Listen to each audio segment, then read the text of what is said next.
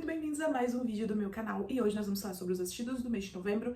E se vocês começaram a ver algum barulho, provavelmente é chuva. Eu esperei a chuva parar parar um pouco, mas ela tá nesse vai e vem, tanto que a iluminação também não tá muito boa, né? Eu tô com um pouco de sombras aqui, porque eu precisei ligar a luz do quarto mesmo, apesar de ser de dia. Eu coloquei algumas iluminações aqui de apoio, mas tá de um jeito que não é meu jeito preferido, mas eu preciso gravar hoje, porque senão eu não consigo gravar, tá bom?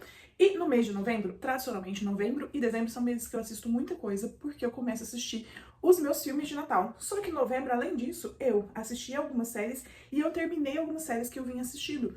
Então tem bastante coisa pra falar com vocês. Então eu vou tentar ser um pouco dinâmica, até porque a maioria desses materiais que eu vou falar aqui pra vocês já tem algum conteúdo nas redes sociais, né, em forma de vídeo, geralmente, que eu faço mais comumente.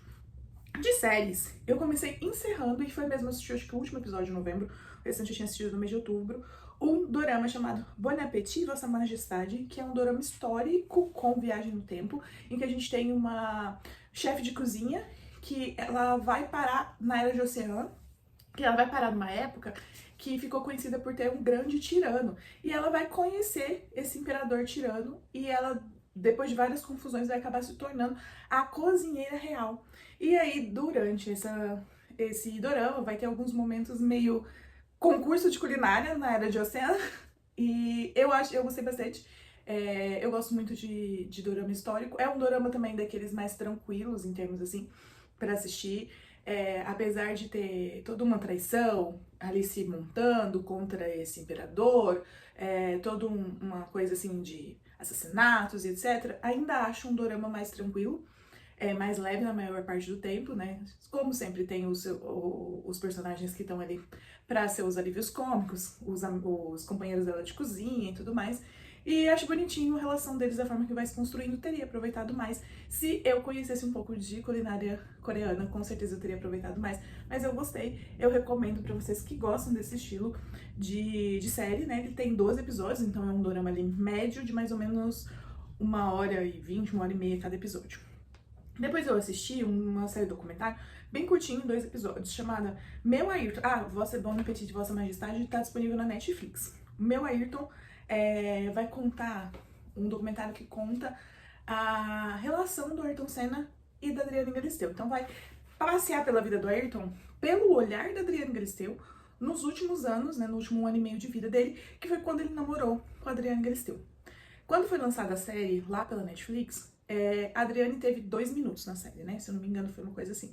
E muita gente falou sobre isso, porque, obviamente, não faz sentido uma namorada, uma pessoa que viveu com ele, ela vivia com ele nos últimos quase 2 anos, acho que foi, não sei se é 1 ano e meio, 2 anos, finais da vida do Ayrton Senna, ter parecido tão pouco. Porque é o que eu brinco, não foi uma namoradinha lá de infância que ele namorou 2 anos, não. Foi a mulher que tava com ele quando ele faleceu. Só que tem toda essa questão entre a família do Ayrton Senna e a Adriana Galisteu, né, que nunca aceitou muito ela, mas muita gente e amigos do Ayrton Senna e etc. sempre falaram muito que ele estava muito feliz nessa relação com a Adriane Galisteu, inclusive quando ele faleceu. Então, a Adriane veio e deu a visão dela da história. Tem outras pessoas que também dão depoimentos, né, nesse documentário, que pessoas próximas ao Ayrton, mas ela mostrou o olhar dela. E é legal porque ela fala, eu tô contando a minha história, eu tenho o direito de contar a minha história. E eu achei isso muito bonito. E a Adriana Galisteu, uma pessoa que eu não conhecia profundamente a história, eu sabia que ela surgiu na mídia depois de namorar o Ayrton Senna, mas eu não sabia tanto da história dela. E, gente, que história, viu? Ela tem uma família muito complicada, uma história familiar muito complicada, e ela teve uma história de superação muito grande, né? E a gente vê também como é importante, às vezes, você ter pessoas que te apoiem na vida. E depois que ela perdeu o Ayrton, o Braga, que era um amigo do Ayrton, um patrono, uma pessoa que se considerava meio que segundo pai do Ayrton, foi uma pessoa que deu muito apoio pra ela. Então, assim, a gente também precisa de pessoas que nos apoiem ao longo das situações difíceis. Eu achei muito legal, vale muito a pena. São 2 episódios, tá na HBO Max, né? Cada episódio tem mais ou menos uns 50 minutos, acho que vale a pena vocês assistirem. Depois eu assisti a série que movimentou as redes sociais, né, que foi Tremembé, que saiu pela Prime Video, tem 5 episódios, mais ou menos uns 50 minutos por episódio, e que vai contar a história o Tremembé é aquele presídio que foi conhecido como presídio dos famosos no Brasil, e que eles abrigam os bandidos, né, que acabaram cometendo casos muito midiáticos. Tem vários motivos para ir pra Tremembé, Mas aí eles resolveram, então, fazer essa série e acompanhar e nos contar a história de pessoas. E nessa primeira temporada, então, a gente tem Elise Matsunaga, Suzanne von Richthofen, a Sandrão, né, que se interpela nas histórias das duas, os irmãos Cravinhos, a Jatobá e o Nardone. Então, assim, aparece o Dr. Abdamassir. Então vai aparecer vários desses personagens, assim, horrorosos da nossa história, né? Que cometeram crimes horrorosos, mas a história não é focada no crime deles, mas sim na vida deles nessa cadeia pós-crime. E, obviamente, faz os flashbacks pra te mostrar que crimes que aquela pessoa cometeu ali, como foi o crime, mas não é focado nisso. Se você quiser saber do crime da pessoa, tem outros lugares que você vai pesquisar e etc. Eu gostei bastante da série, eu sei que ela trouxe muita polêmica, glamorização e não sei o que. Eu não acho, eu acho que quando ela trazia uma cena que talvez te fizesse questionar, ter um sentimento ali por aquela pessoa, ela atacava ali na sequência como que foi o crime da pessoa, e você fala, nossa, é verdade, essa pessoa é criminosa. O que eu acho que eles pecaram muito pra mim é a trilha sonora, porque a trilha sonora gera sentimentos em você, e eu acho que não são os sentimentos corretos que a trilha sonora tá te levando a ter ali. Eu fiz um vídeo só falando sobre isso, reclamando sobre isso nas redes sociais, mas no geral, eu gostei, mas eu sou uma consumidora de true crime. E obviamente, o pessoal falando, mas eles têm fãs, eles recebem cartas, não sei o quê. Eles já tinham isso, tá, gente? A Suzane sempre recebeu milhares de cartas, gente querendo namorar e etc. E sim, eu acho que quem glamoriza esses bandidos são doidos, tá? São doidos não, né? São pessoas de caráter duvidoso. Se você acha legal ser fã de criminoso, você tem caráter duvidoso. Então é sempre importante que, independente, por exemplo, Elise Matsunaga, eu quero ler o livro dela, né? Eu não assisti o documentário da Netflix, mas eu quero também assistir e quero ler o livro. Todo mundo fala que a história, e o pouco que eu sei da história da Elise, eu sei bastante da história da Elise, por causa de assistir True Crimes, vídeos de True Crimes, eu sei que a história dela não foi uma história fácil, uma história difícil, né? Que levou ela a chegar até onde ela chegou. E assim, sim, eu entendo tudo isso, mas independente, ela picou o marido. A gente não pode esquecer disso. Se fosse apenas um momento de um assassinato, ela assassinou ali no calor da emoção, por algum motivo, a gente podia até compreender, mas ela picou, tá? Ela picou. Então isso aí a gente não pode esquecer dessas coisas. Então eu acho que é importante a gente sempre se lembrar também que estamos falando de bandidos, tá bom? Mas eu gostei, se você conseguir assistir pelo viés certo e não pelo viés da loucura, é uma série que eu achei que foi muito bem feita, caracterizações maravilhosas, interpretações incríveis. Marina Rui Barbosa arrasando de Suzane, arrasando, então vale a pena. Depois, gente, eu assisti a 5ª temporada de Only Murder in the Building. Essa é uma série que eu comecei a assistir esse ano, eu assisti as 4 temporadas que eu já tinha e ela tá disponível na Disney Plus. E eu adorei, que a gente tem aí uma série de mistério investigativo, que são 2 idosos, né, liderando a investigação junto com a Millennial aí, que é nada mais nada menos que a Selena Gomez. E sempre acaba acontecendo algum assassinato dentro do prédio deles, e eles têm esse podcast, então eles vão investigando e contando tudo no podcast. E nessa temporada a gente tem o porteiro deles, então tem muita volta ao passado, muitas cenas de volta ao passado, envolvendo muitas pessoas nessa história. Eu gostei bastante, bem do jeitinho que a gente já tá acostumada, com os dramas dos personagens principais acontecendo em paralelo. Aí, assim, eu gostei muito da história e eu gosto muito dessa série, eu acho que ela vale a pena ser assistida também. E eu também encerrei SWAT, que é uma série que eu tô assistindo, eu acho, já faz, sei lá, alguns meses, porque eu também tô assistindo desde a primeira temporada. Vocês sabem que esse ano eu tô super na vibe de série policial, já assisti várias. E no caso de SWAT, tem 8 temporadas, e eu comecei a assistir desde a primeira, então tem uma parte disponível na Netflix, e acho que as 2 últimas temporadas eu consegui assistir pela Disney, que não tinha na Netflix. E aqui a gente acompanha um grupo de policiais desse grupo de elite, que é chamado SWAT, que é o grupo que é chamado quando as situações são perigosas demais em termos de armamento e tudo mais. Na teoria, eles não são um grupo tão investigativo, eles são um grupo de lá mais em ação, mas aqui na série a gente tem eles sim investigando, eles pegando os casos e desenrolando, e a gente acompanha tudo isso em torno do capitão do grupo, que é o Rondo, que ele vai se tornar capitão devido a uma situação muito estranha. Capitão não, sargento, ele é o líder do grupo, né? Mas ele é sargento. Aí ele vai se tornar ali o líder do grupo por causa de uma situação muito complicada que acontece com o líder anterior. E por conta disso, ele acaba sendo indicado, mas muito pesou também o fato dele ser negro nessa indicação. Ele é muito bom, tá, gente? Muito bom mesmo. Só que aí toda a série também trabalha muito, muito, muito essa questão racial o tempo todo. Por causa do Rondo, de outros personagens que tem na história, da questão da polícia, essa relação difícil que muitas vezes a polícia tem com as pessoas negras, e como que era o sonho dele quando entrou na polícia mudar isso, e etc. Então, assim, eu acho que vale a pena, é aquelas séries que vai contar pra você, cada episódio tem um trama acontecendo, além da trama do Rondo, né, que é esse líder principal, todos os outros personagens ali que são da equipe principal tem subtramas ali, o Street tem uma trama muito interessante, o Street é um dos que tem uma trama maior, o próprio Luca, o Dika, todos eles vão ter tramas ali circulando ao longo da história, mas pro final, ali na 6ª temporada, os personagens que eram principais, eles vão sendo renovados e vão entrando os outros e acaba ficando mais fixo, fica o Rondo e o Dika e o Capitão, né? Mas assim, o Capitão também, ele entrou depois que a Capitã saiu. Porque antes ele era meio que ele já participava da série, mas ele era um chefe que não era o chefe direto deles e aparecia menos. Mas enfim, uma série que vale bastante a pena também se você gosta desse estilo de série policial, e é bom ser uma série igual eu fiz, sabe? E assistindo ao longo de um tempo assim, você vai assistindo os episódios, e por ser uma série episódica também, você pode assistir e ir assistindo gradativamente. E agora a gente entra no universo dos filmes, e sim, vai ter um monte de filme de Natal já, gente, aqui. Nossa senhora, eu ainda tenho muita coisa pra falar e já tá bem longo esse vídeo. Isso que eu queria fazer mais dinâmica. Mas vamos lá. Os filmes eu comecei com Brilho de Natal, que tá disponível na Max. É um filme de 2024. E a gente vai ter, é um filme de Natal, que a gente vai ter uma história baseada na história da Taylor Swift com o noivo dela, que é um jogador de futebol americano. Então, esse jogador de futebol, ele é irmão do grande astro do time, né? Ele não é o quarterback, é o irmão dele que é o quarterback. Ele sempre meio que ficou na sombra do irmão por conta disso, mas... E ele era conhecido por ser mulherengo, etc. Mas na verdade o que ele queria era, assim como o irmão dele, que casou com a namoradinha de infância, ele queria muito ter alguém. E ele meio que se encanta ali, ele é muito encantado pela popstar do momento, que vai ser representar a Taylor Swift ali. Ele leva a sobrinha dele no show, etc. Eles acabam se conhecendo.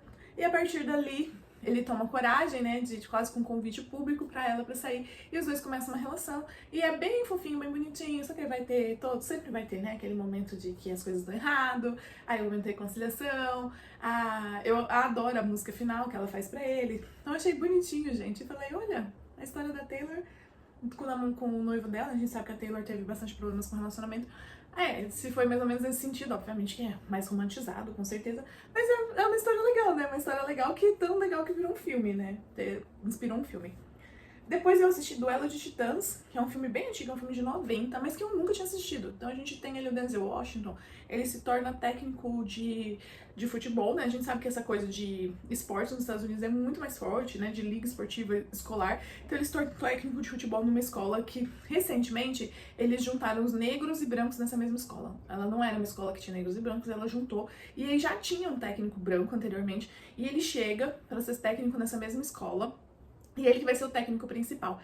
E aí, gente, tem problema de aceitação com ele, tem problema de aceitação com os outros alunos negros e muito conflito ali, racial mesmo, dentro do grupo. Mas eu acho o outro técnico, que é o técnico branco, um cara muito legal também, um cara muito razoável, um cara que poderia ter sido muito escroto, e não foi, na verdade ele foi um cara muito legal de se conhecer. E tem toda essa história de a gente ver um grupo se formando e praticamente formando uma família. Assim, eu lembro de já ter visto cenas desse filme em palestras sobre liderança, sobre formação de equipe, porque realmente é um filme que carrega muito pra isso, é um filme bastante emocionante e inspirado numa história real. Então, acho bem legal assistir também, se você nunca assistiu. Depois eu assisti, esse tá na Disney Plus. O caso Eloá, Refém ao Vivo, é um documentário. Tem vídeo aqui no YouTube que eu fiz baseado nesse documentário, em outro documentário que eu assisti também. Eu usei uma boa base do que eu trouxe naquele vídeo, foi esse documentário. E ele vai contar o caso da Eloá, que ficou muito famoso porque ele foi extremamente televisionado. A Eloá é uma jovem de 15 anos, o ex-namorado dela invade o apartamento e torna ela e os 3 amigos que estavam ali reféns. E a partir dali começa o circo midiático, assim, horrível, horroroso. Então, assim, eu não vou me estender muito. Esse documentário, eu acho que ele tem 1h30, mais ou menos. Então, assim, eu achei que valeu a pena, ele me fez lembrar da história. E se você quiser saber a história bem completinha, eu tenho um vídeo aqui tá? É o penúltimo vídeo do canal, então vale a pena você ir lá e assistir o vídeo, porque eu deixei ele bem completinho. Depois eu assisti um Natal bem Jonas Brothers, que a gente tem uma história em que os Jonas Brothers, eles estão fazendo uma turnê pela Europa, e aí eles precisam voltar pra casa pro Natal, mas tudo começa a dar muito errado, porque eles não conseguem voltar, porque foi o bom velhinho que arrumou isso, sabe? Porque os irmãos não estão, assim, com a sua irmandade muito boa, então o bom velhinho resolve dar uma lição neles pra eles poderem se unirem mais. História clássica de Natal, gente, então se você gosta, é bem divertidinho. Depois eu assisti Um Natal Sob a Aurora Boreal. Esse tá disponível. Ah, o do Jonas Brothers tá disponível na Disney Plus. Esse tá disponível na Netflix. E comédia romântica clássica de Natal. A escritora, ela tá muito sem ideia. Aí ela vai fazer uma viagem com o pai dela pra terra natal do pai dela. E lá, no interior do Canadá, tem a possibilidade de ver a Aurora Boreal. E ela tá muito focada em conseguir ver a Aurora Boreal. Aí eles têm um guia turístico que é meio alternativo. Ele não gosta de fazer as coisas só mainstream. E aí ele começa a apresentar a cidade pra ela e etc e tal. É bonitinho. Até alguém comentou comigo assim, eu não gostei muito desse filme, achei fraco. Eu não sei se é minha queda pela Aurora Boreal, ou se é minha queda por filmes de Natal. Ele é espetacular, é uma novidade. Nenhum desses filmes de Natal que eu falei até agora são espetaculares. Se eu chegar num espetacular, eu falo pra vocês, esse aqui é espetacular. Mas eu achei divertido, é aquele jeitinho, aquele negócio pra você dar um quentinho no coração, passar uma horinha ali entrando no clima natalino, de repente enquanto monta sua árvore e tal. Eu sempre acho que vale a pena.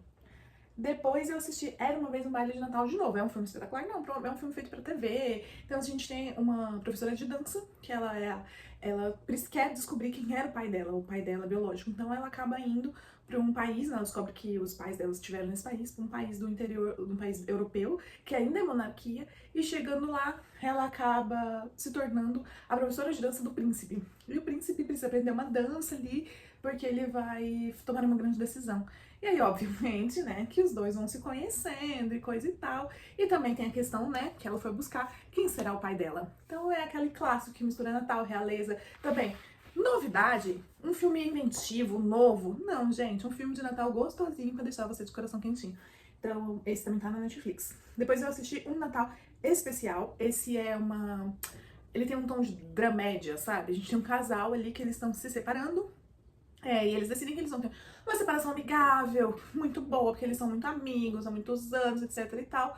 Só que eles decidem que vão ter um último Natal ali, em família. Ela tem várias coisas que ela gosta de fazer no Natal, várias tradições. E aí, de repente, cara, ele já tem uma namorada. E aí a coisa começa a ficar meio esquisita, porque ele começa a ir com essa namorada dele fazer coisas diferentes do que as tradições de Natal. Ele começa a ter tempo que ele nunca teve quando era casado com ela. E ela também vai aparecer um interesse romântico pra ela, que é uma piada, obviamente. Aquele rapaz, sabe, o fortão, bonitão, meio burrinho? É o clássico, assim. Então é bem apelativo nesse sentido. Mas não é que eu gostei. Eu adoro dramas que envolvem família, segunda chances e etc. Então tem os exageros, principalmente. Esse interesse romântico dela é muito nada a ver. É meio, tipo, coisa American Pie, assim, a participação dele. Mas eu gostei bastante porque eu gosto desse drama familiar, dessa segunda chance, de as pessoas entenderem que você precisa também dar atenção, senão o amor não vai sustentar tudo sem ter a atenção devida. Então eu gostei e acho que vale a pena dar uma chance também. E por último, não menos importante, eu estou fazendo, se der certo, vocês vão ver um vídeo aqui no canal nesse sentido. E eu tô reassistindo alguns filmes de Natal que eu gosto muito. E eu comecei a assistir reassistindo Esqueceram de Mim, que eu não faço nem ideia de quanto tempo fazia que eu tinha assistido pela última vez. E, gente, esse filme é divertido demais. Ele é um clássico, e porque ele é um clássico, entendeu?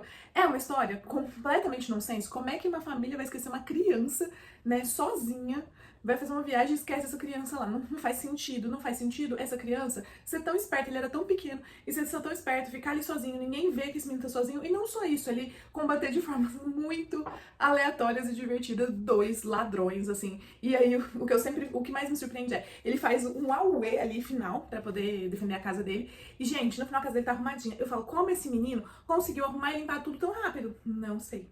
Não sei, mas é muito divertido. O Macaulay Culkin era uma criança muito fofa mesmo, por isso que encantou o mundo. E as cenas dele correndo, super exageradas, mas super divertidas. Então eu acho que encantava a Daniela lá na infância, e eu acho que segue encantando crianças da atualidade também, porque é um filme bem gostoso pra você assistir em família. Então, se você nunca assistiu, ou se você fala que assim como eu tinha assistido há muito, muito tempo, reassiste pra você lembrar, porque ele é um clássico de Natal, porque vale bastante a pena. Bom, gente, foi tudo isso que eu assisti esse mês, hein? Coisa pra caramba! Espero que vocês tenham gostado. Se vocês assistiram alguma coisa dessa, deixa aí pra mim. Me recomenda as coisas. Não esquece de me seguir e de curtir esse vídeo aqui, ó. Porque esse canal aqui é muito titiquinho. E me siga nas redes sociais, porque lá tem conteúdo praticamente todos os dias. Beijo, até a próxima.